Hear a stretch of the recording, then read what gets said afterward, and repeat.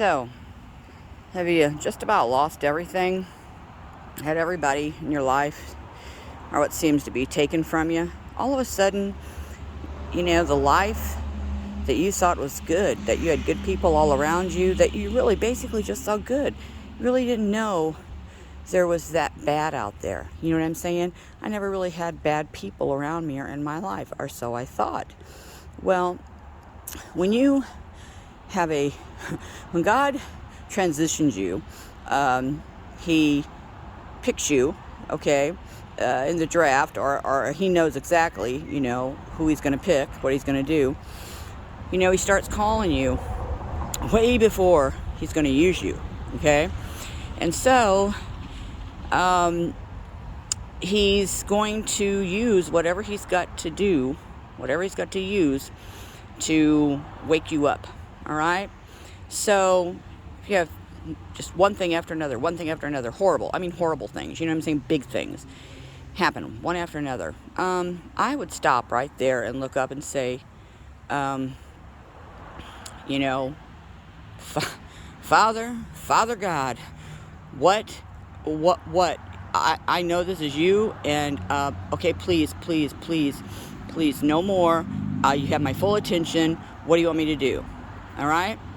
If you ignore that, that is your time of visitation. We have different times of visitation throughout our life. If you ignore this after mishap, because you can't recognize that he's standing there going, oh, don't make me allow this, because he doesn't cause things to happen, but he allows them. It's a difference. He can allow them or deny them. If he allows them, it's not because he's being mean. It's not just because. It's because you need a spanking right there. You need an awakening moment. You need to further wake you up, okay? To further get you prepared, get you outfitted, okay, for the game. And so it doesn't happen overnight. And meaning where your eyes shift, your mind shifts, everything shifts, okay? Because you have to go through the darkness first. You have to, you're in a chaos in your life because every part of it has been drowned, it has sunk, has, had the waves smashed over it, whatever you want to call it. Every part. He's literally broken your heart in 1,000 pieces because he has to put it back together. Not man's way, but his way. Okay? And see, that's what it's all about. He has to refine your heart first. Okay? To get you on his team, he has got to do some refining. So that's why you practice. That's why you learn the game book. That's why it's your God time. It's your God school. Okay, and it's a time that, unless you've gone through this, you truly can't understand it.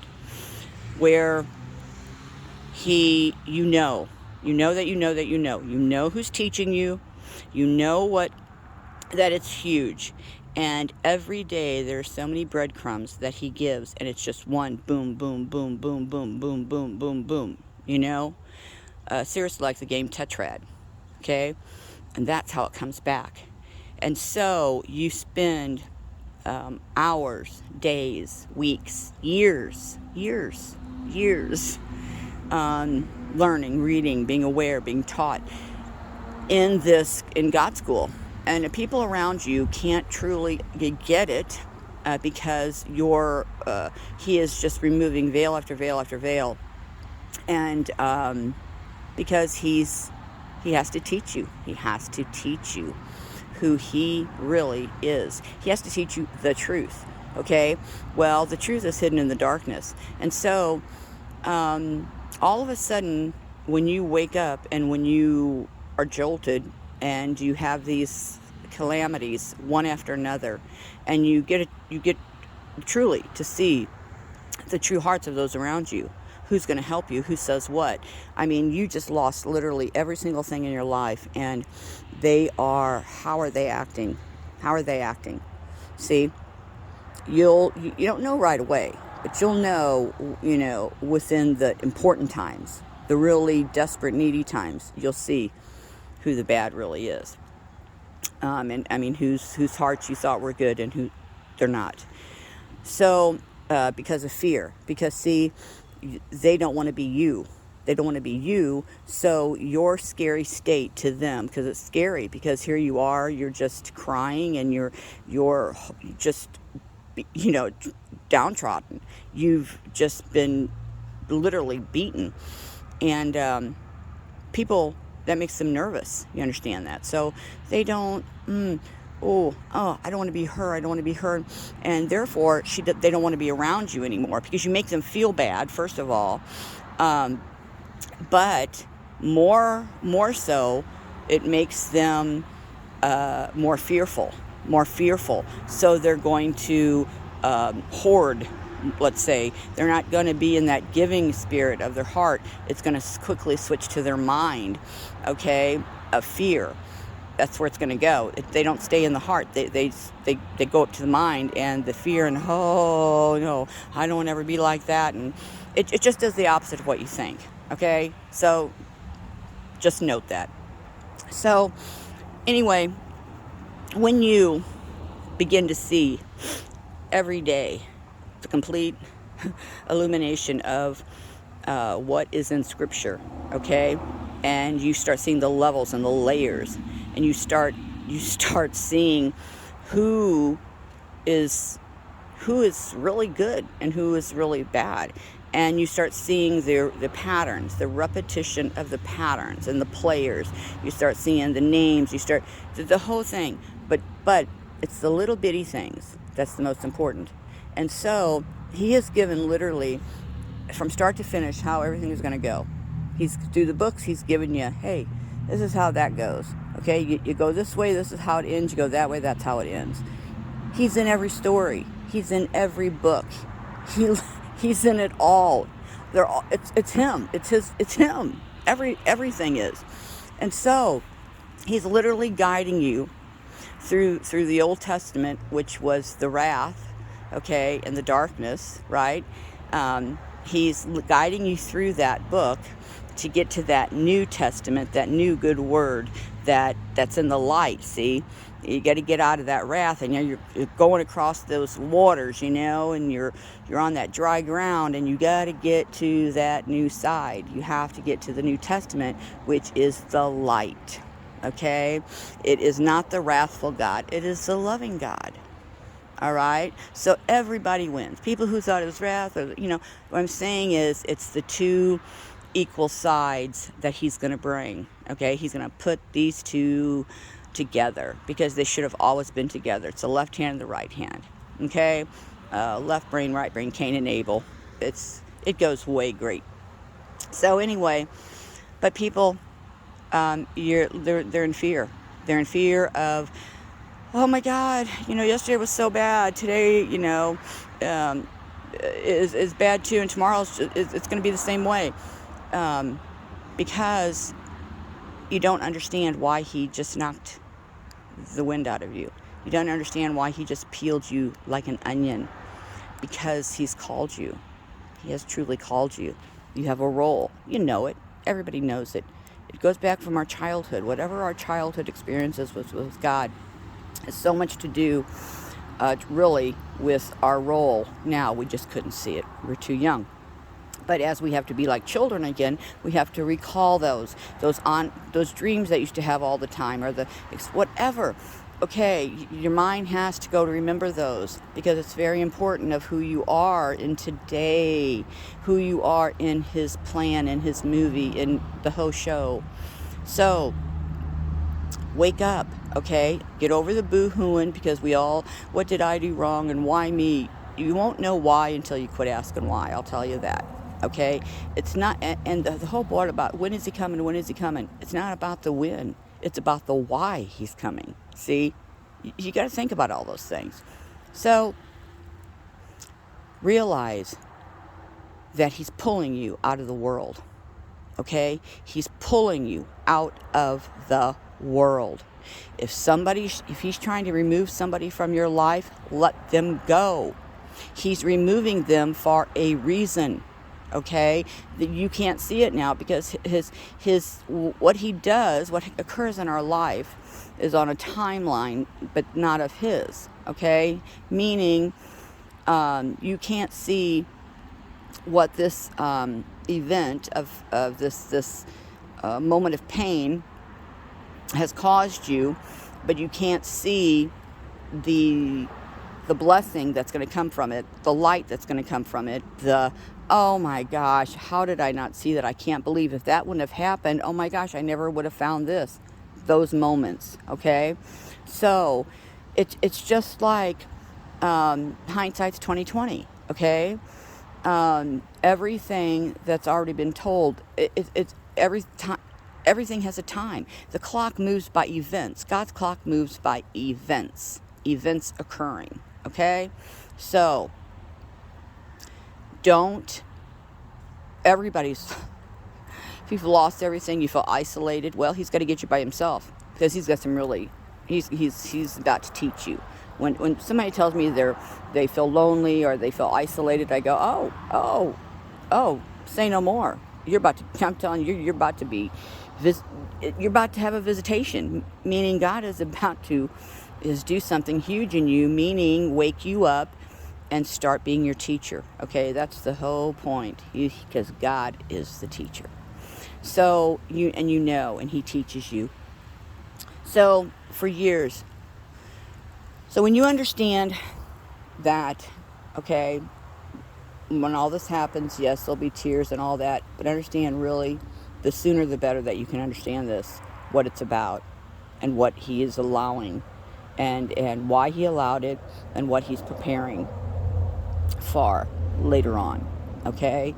You might be in it for a while, but what you have to do, this is how you have to learn to walk on the water. You have to learn to jump those waves. You have to learn that from your experience that you went through that devastated your life, okay, but yet gave you the biggest blessing of all, because it truly started your God school, your official divine God school.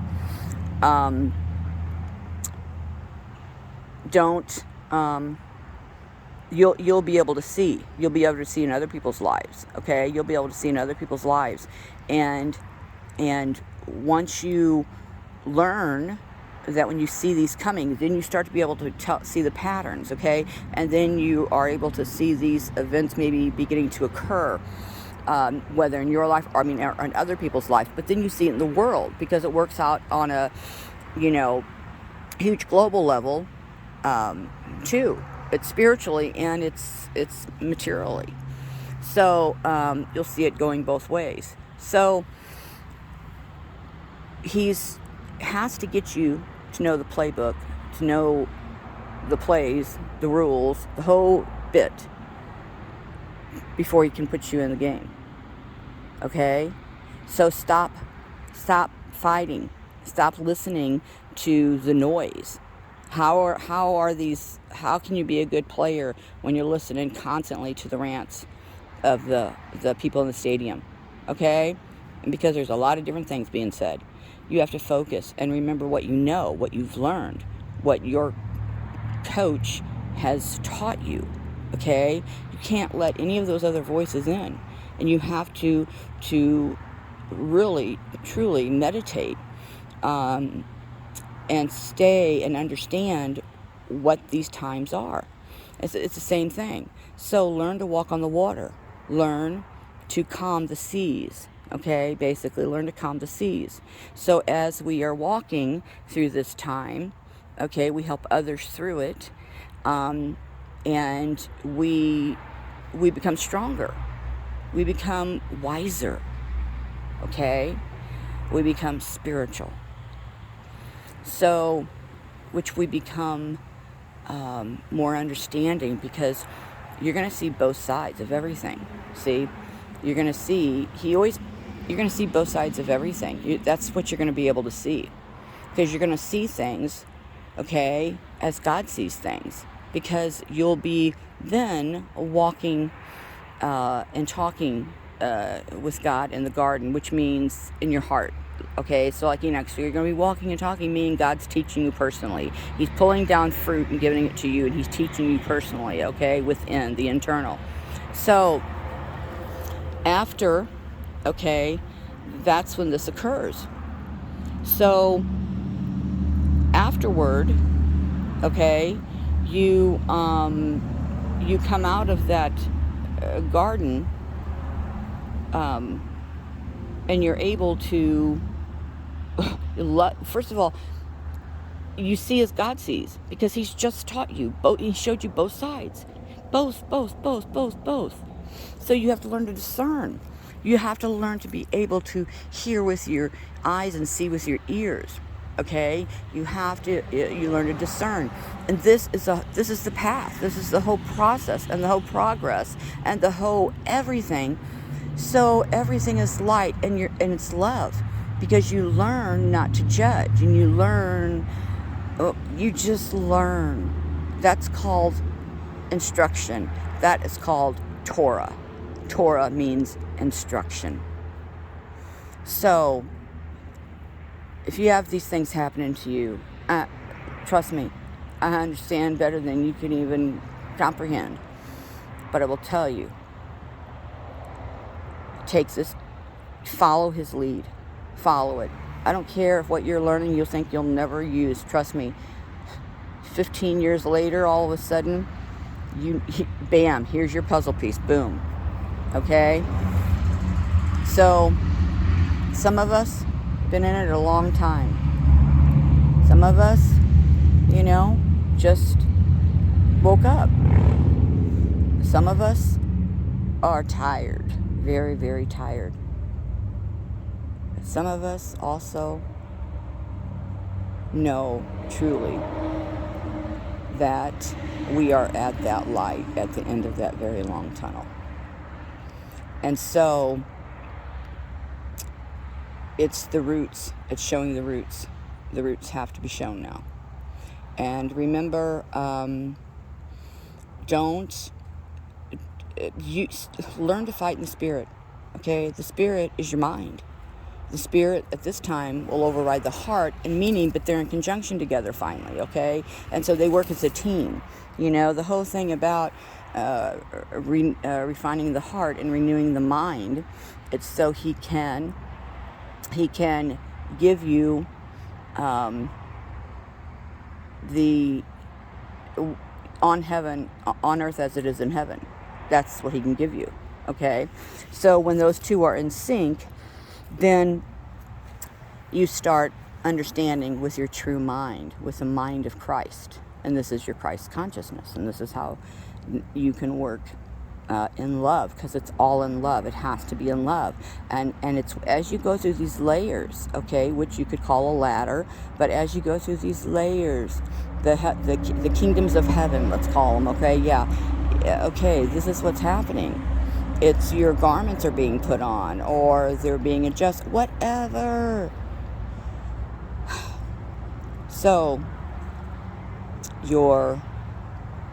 his eye, he sees you, he knows you, you know him, because now the Father, who is the mind, and that is the Holy of Holies, that is the Holy Spirit, that is the source, okay, and that is all love.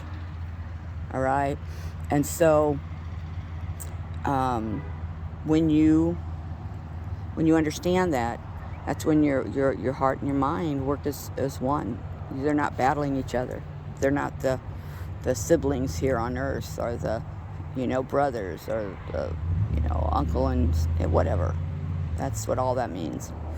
So if you're going through everything, okay, have your mourning process of it, all right?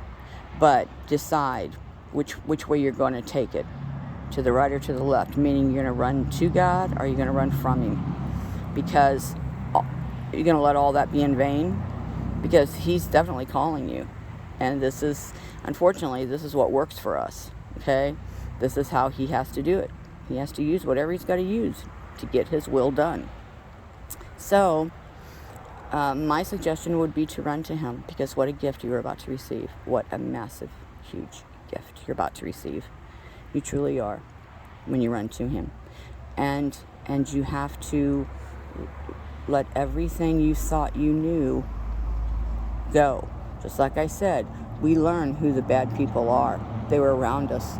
They were around us always. They were always there. We just didn't see them. Okay?